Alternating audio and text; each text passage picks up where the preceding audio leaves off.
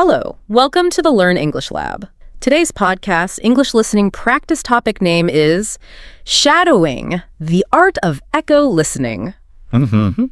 And welcome back to the deep dive. Now, while that was the official title, one of our listeners suggested, our mission here is always pure deep dive. We're taking this really powerful but sometimes overlooked technique called shadowing. And we're going to pull apart all the practical secrets, the science behind it. We've got some great research to work from. And basically, we want to give you a shortcut to, getting better at English. It really is. I think transformative isn't too strong a word for it. Shadowing, or as we're calling it, the art of echo listening. It sounds simple on the surface, doesn't it? Yeah, just repeat what you hear. Right. You listen, you repeat simultaneously, you become this kind of human echo. Yeah. But the actual cognitive load, the physical demands, they're huge. And honestly, that's exactly why it works so well. So it's more than just like parroting words back. You're trying to capture the entire sound. That's it, exactly. When we say echo, we really mean copying everything. The speed, those little changes in pitch, the rhythm, how exactly they pronounce each tiny sound, each phone. It forces your listening and speaking bits to work together completely. Okay, and where did this intense method actually start? It sounds pretty hardcore, almost like extreme immersion. Well, it did come from a pretty extreme place. Shadowing actually started out back in the mid-20th century as a core training exercise for simultaneous interpreters. Ah, okay. The people translating in real time at conferences and things. Exactly. Those professionals, they have just milliseconds between hearing something and saying it in another language. Yeah. They needed absolute instant command orally over both languages. Right, that makes sense. There's basically zero time to think or process. It has to be automatic. Reaction and replication. Totally. And that need for speed is what makes shadowing so effective for any language learner. It forces you away from just, passive listening, where maybe you understand it, but you couldn't say it yourself easily. Yeah. And pushes you into this really active, very physical learning mode. You're engaging your ears, your mouth, your brain's motor planning all at once. You internalize the language patterns in a way that, reading a grammar book just can't touch. Okay, let's definitely unpack this. So plan is, we'll start with the science bit, get a little technical, look at the brain side of things, then the specific skills it helps with, and then the main part, digging into 10 really different situations where you can use shadowing. Everything from just listening to a podcast to like giving a formal lecture. Sounds like a plan. All right, let's tackle the big question first. I know the grammar, I know the vocab. Why should I spend my precious study time just echoing sounds? Why is shadowing scientifically better than, say, flashcards or just repeating lists of words? That's a really fair question. And it gets to the heart of how language actually lives in our brains. Traditional methods, flashcards, drills, they lean heavily on memory, on intellect. It's about knowing the language. Right, remembering rules. Exactly. Shadowing, though, is all about doing the language. It puts you under the pressure of a real-time conversation, something flashcards just can't simulate. Okay, so break that down. What specific language skills does it actually target? Well, I see three main areas, and they're all kind of connected. First, this is a big one for many learners, you get significant accent reduction. Because you're forcing your mouth, your tongue, your vocal cords to match the native speaker's sounds, you naturally start to smooth out the interference from your first language. Makes sense. Second, it hugely improves your prosody. Okay, hold on, prosody. For anyone listening who might not know that term, what exactly is it? Good point. Prosody isn't just about how loud you speak. It's the whole melody, the music of the language. The rhythm and pitch changes. Precisely. It covers stress, which syllable you emphasize, intonation, the rise and fall of your voice, and the overall rhythm. It's how you know if someone's asking a question, or feels unsure, or is making a really confident statement. So many learners get the words right, but the music is off, They sound flat, or maybe unintentionally rude. Yeah, I can see how that would cause problems. Shadowing helps you internalize that natural music. And third, probably the most crucial payoff. It massively boosts your spontaneous speaking skills. You're training your brain and mouth to fire together instantly without that awkward pause where you're consciously trying to build a sentence grammatically. Okay, so if I'm hearing you right, it's like training the physical mechanics, the hardware of speech, rather than just loading up the software, the intellectual rules. That's a fantastic analogy, yes. And the effectiveness of this motor skill approach, it's backed by some pretty solid research. Studies looking at language acquisition, some from major universities, they've shown that learners who consistently practice shadowing can boost their listening comprehension by as much as 30%. Wow, 30%, just from listening and mimicking. That seems like a huge leap. How does that actually happen? It comes down to the neuroscience, really. When you just listen passively, you're mainly using one part of your brain, Wernicke's area, that's for understanding language. When you speak, you use another part, Broca's area, the motor speech center. Okay. Traditional learning often keeps these separate. You listen, then you speak. Shadowing forces the connection between them to activate at the same time. This constant, immediate producing while understanding strengthens those neural pathways between your ears and your voice box. You're basically training your brain to predict the sounds it's about to hear and execute them instantly. So, my understanding gets better because my brain is already planning the sound as I hear it. That makes the connection stickier. You got it. Yeah. And there's more. Some researchers think shadowing heavily involves something called mirror neurons. Ah, I've heard of those. They fire when you do something and when you see someone else do it. That's the idea. With shadowing, you're observing the sound, the action, and immediately doing it yourself. This might help embed those language patterns directly into your motor system, almost bypassing conscious thought. It takes language learning beyond just brain work and turns it into an embodied automatic response, like muscle memory, but for your vocal tract.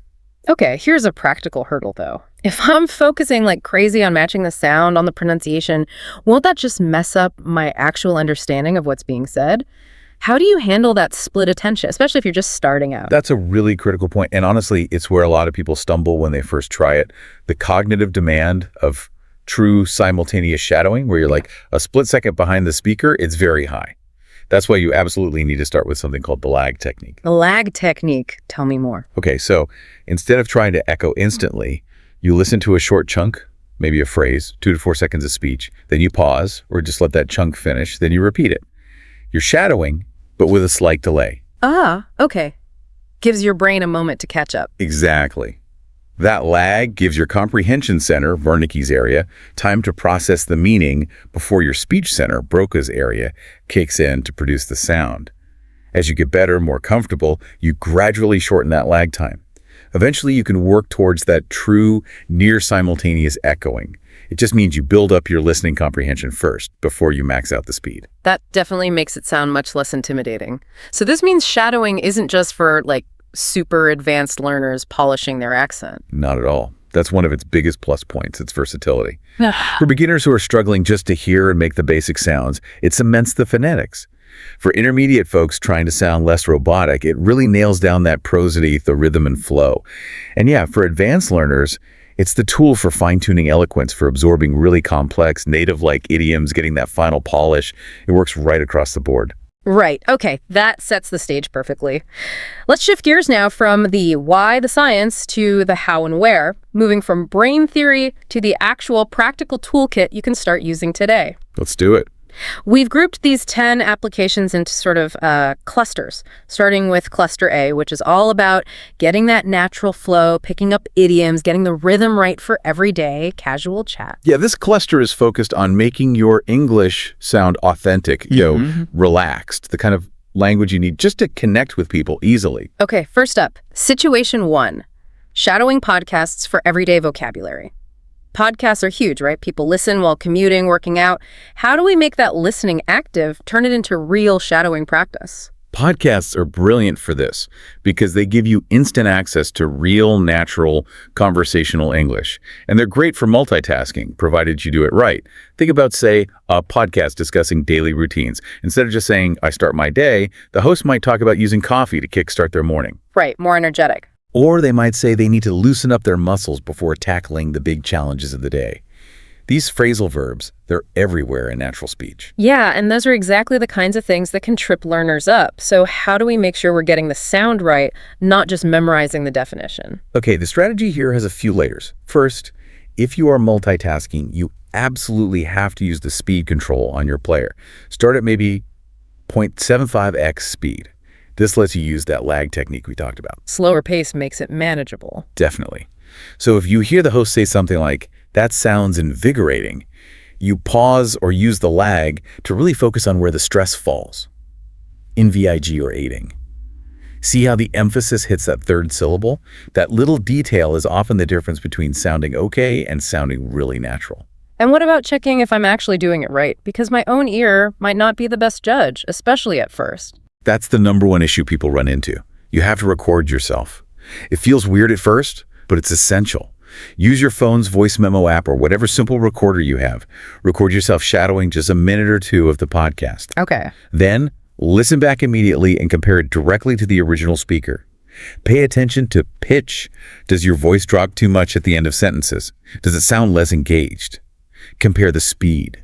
Compare the intonation. Are you matching the rise in pitch for questions or exclamations? That comparison is where the real learning happens. Got it. Record and compare.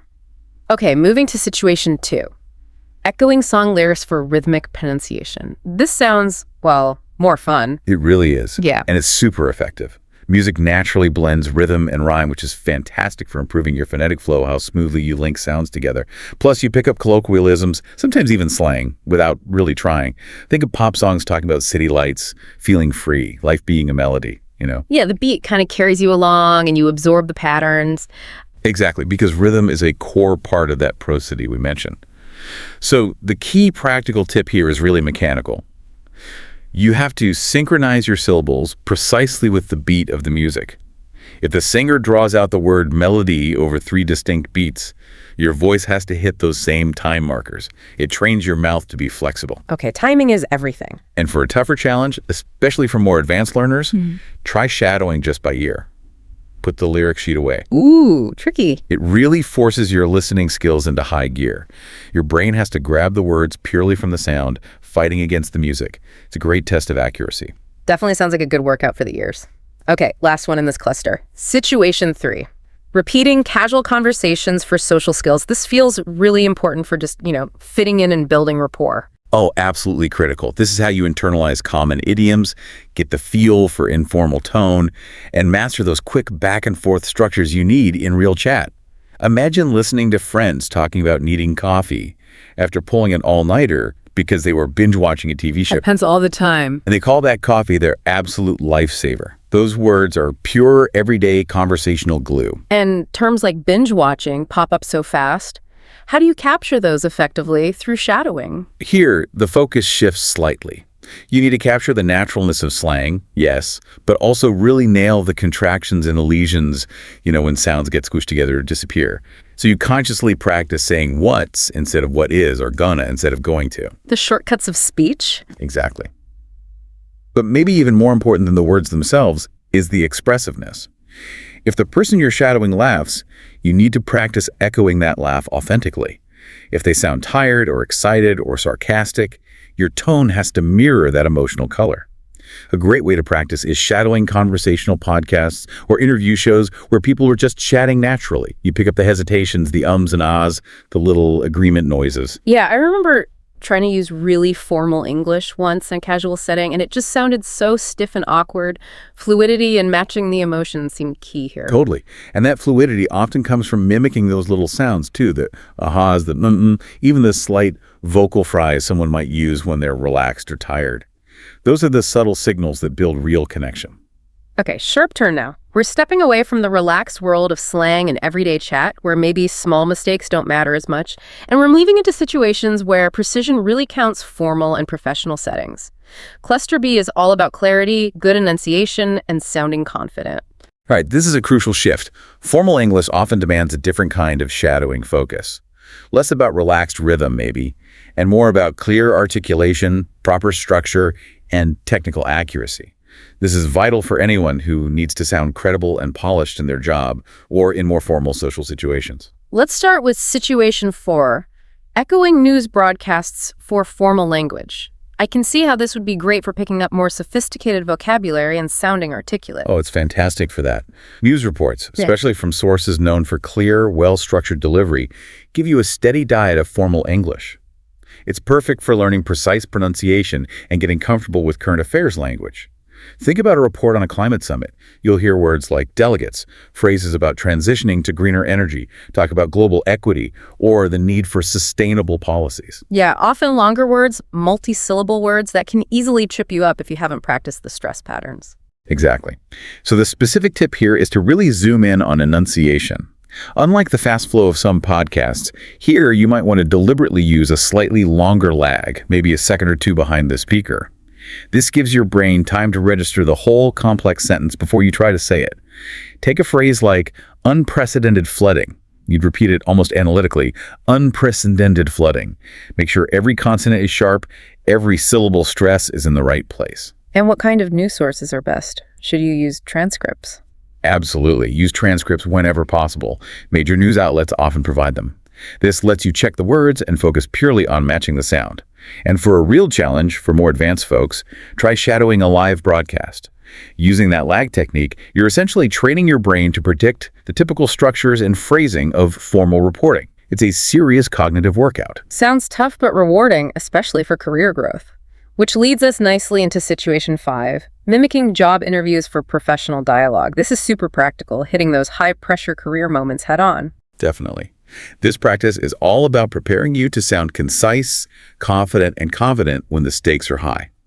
The kind of language you'd chat out here centers on skills and actions. Imagine echoing a mock interview answer where someone says their experience aligns perfectly with the job description, or they talk about how they prioritize competing tasks, or how they collaborated with a team to meet tight deadlines. Tone is absolutely critical here, right? You can't sound hesitant. No way. A great physical tip for this one is to actually shadow while standing up, especially if you're watching a video of someone giving a good interview response. Practicing with good posture helps you project confidence, and that comes across in your voice. When you echo phrases like, "This aligns with my skills," consciously aim for a steady, even, perhaps slightly lower pitch. It conveys assurance. Look at career coaching videos online. Many offer model answers to common interview questions. Shadow those, then immediately try to adapt them using your own experience. Practicing standing up like that connects the physical and vocal confidence. Okay, and for really commanding attention, situation 6, echoing speeches for public speaking mastery. This is about sounding truly persuasive, maybe even inspiring. Right. This moves beyond just clarity into the realm of eloquence. You're learning to master rhetorical tricks and vocal dynamics. Think of a powerful motivational speech, someone urging the audience, choose courage over comfort, action over apathy. They might use strong verbs like forge when talking about building a new path. With great speeches, it's so much about the delivery, the pauses, the build-up. That's the core insight here. The actionable tip is to meticulously practice controlling your volume and intensity. As you echo, choose courage over comfort. Let your volume rise, hit that word courage hard. Then analyze how great speakers use pauses. Think about famous speeches. The silence is often as powerful as the words. Shadowing helps you internalize that rhythm, that timing. You start to feel how they build energy, then maybe drop to a near whisper for effect.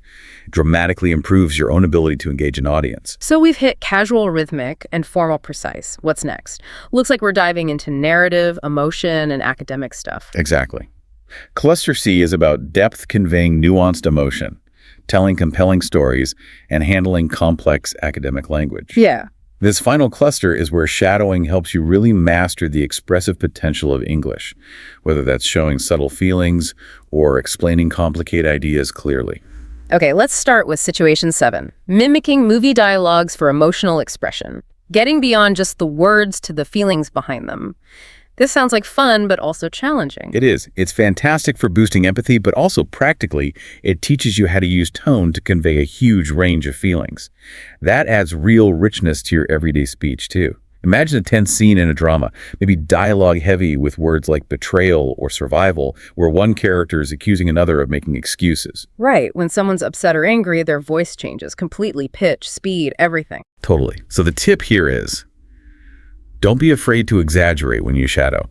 Lean into the emotion. If the line is, "How could you betray me like that?" your pitch needs to shoot up on betray to capture that anger or pain.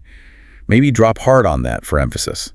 Using movies with subtitles is great for this. Pick a character in a dramatic film and focus just on shadowing their emotional ups and downs. How can you check if you're matching the emotion accurately? Well, besides recording yourself, a really cool tech trick is to use audio editing software, even free stuff like Audacity. It can show you a waveform of the sound. You can literally see the shape of the original actor's intonation, the peaks and valleys, and compare it visually to the waveform of your own voice. If your peak for betray looks much smaller, you know you need to push the emotion more. Wow, visual feedback for your intonation. That's really specific. I like that. It makes it very concrete. Okay, next, situation 8.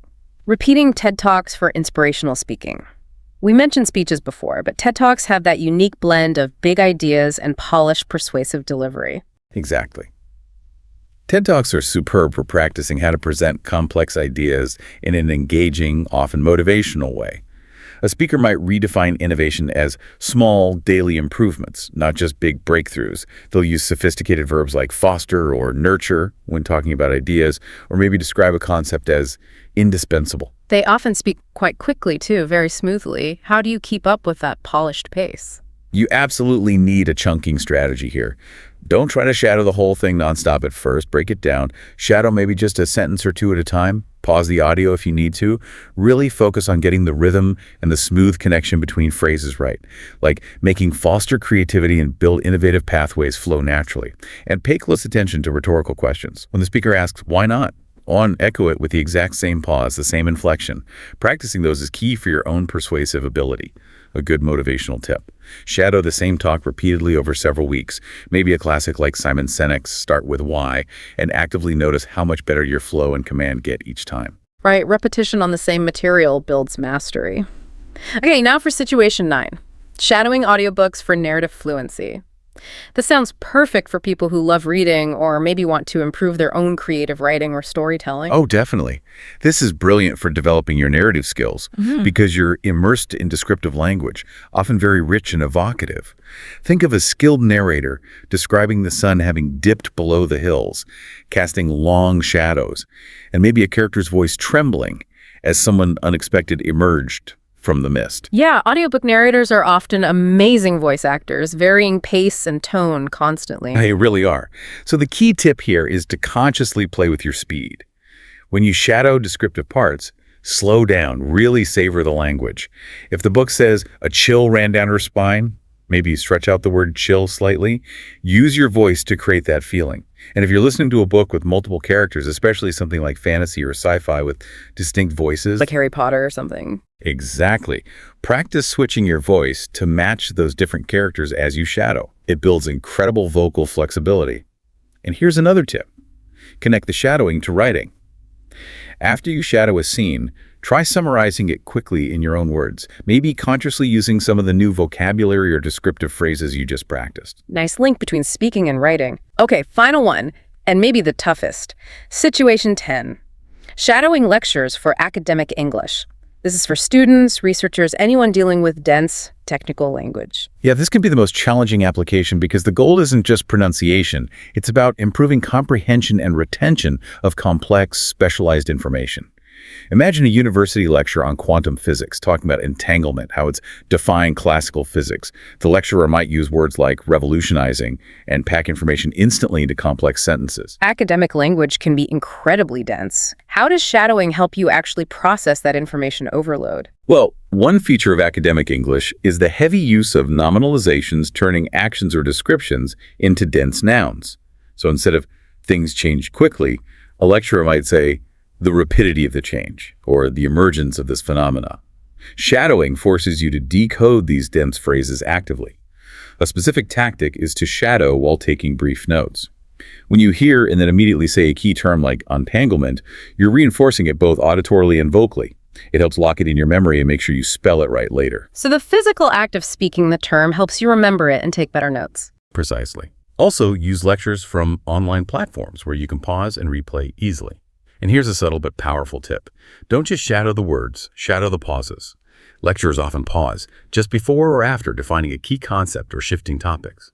By mimicking that pause, you train your brain to recognize those structural cues, which significantly aids comprehension and retention of complex material. It's almost like using shadowing for information management. Hashtag tag conclusion and final thought. So if we kind of tie all these different threads together, what we see is that shadowing, this art of echo listening, isn't just a simple drill. It's really a whole discipline, a transformative practice. It works by embedding English deeply into your physical, subconscious motor system.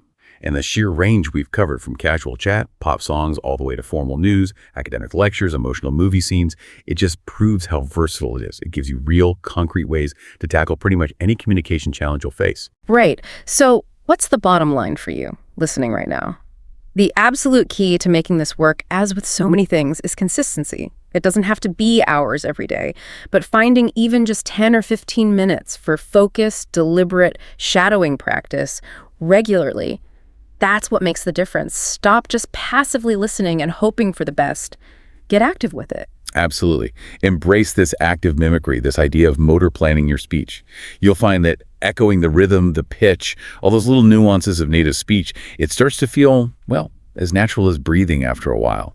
And you will see real measurable progress in your pronunciation and, crucially, in how well you understand spoken English. And our final thought for you to chew on today is this. Really embrace shadowing and you will watch your English take off. Because when you think about it, the best, most fluent speakers, they're almost always the best, most attentive listeners first. And if you found value in this deep dive, please remember to like, share, and subscribe to this YouTube channel.